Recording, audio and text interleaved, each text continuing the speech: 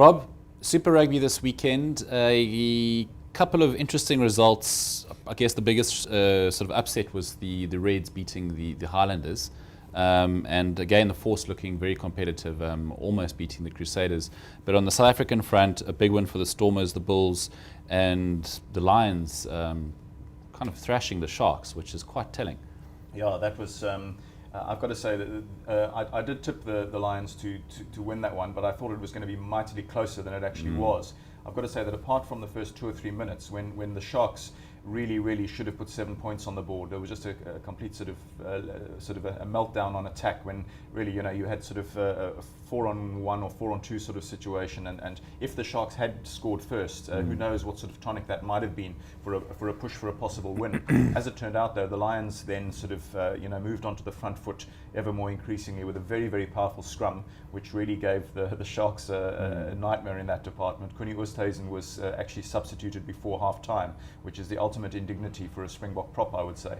So a little bit of unhappiness there. The big blow, of course, to the Sharks, Marcel Coetzee doing his knee, the dreaded ligaments, talk of 9 months, and so boom, gone for the season. Their vice captain and probably most dynamic and biggest name loose forward. So a bit of rejigging to do there. A lot of thinking to be done by the Sharks. They haven't won now in 3 games, 1 draw, 2 defeats, including 2 at Kings Park, and off they go on the road to New Zealand. So not the ideal time for them to be doing that.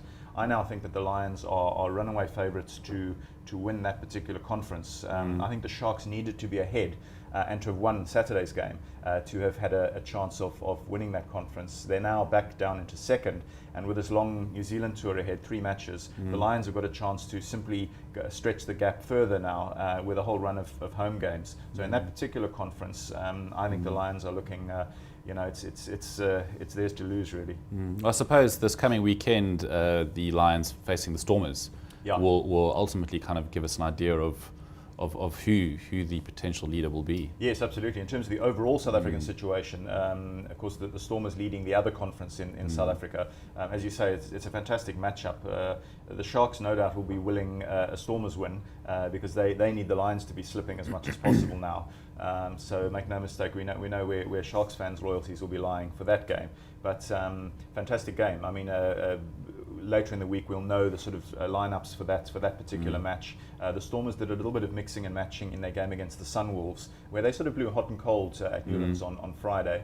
Not a completely unanimously sort of effective performance, but lots of good qualities. The young fly half Jean-Luc du Plessis came in and chip off the old block. You could just see those du Plessis genes having a telling effect on that game. I thought he had a tremendous debut. A few errors, a little bit of naivety perhaps in terms of the systems on defence. But those are things that can be gradually rectified. And it looks as though the Stormers have actually got a little. They almost they've closed that gap there, because we know that they'd lost both Robert du Preez and Kurt Coleman to long-term injuries. So it was vital that whoever their third choice fly half was actually stepped up, and he certainly, I thought, did that on Friday. And the Australasian results, anything that stood out for you there? Well, as you mentioned, the Highlanders losing to the Reds, even though it was in Brisbane, where you can never completely write off the Reds.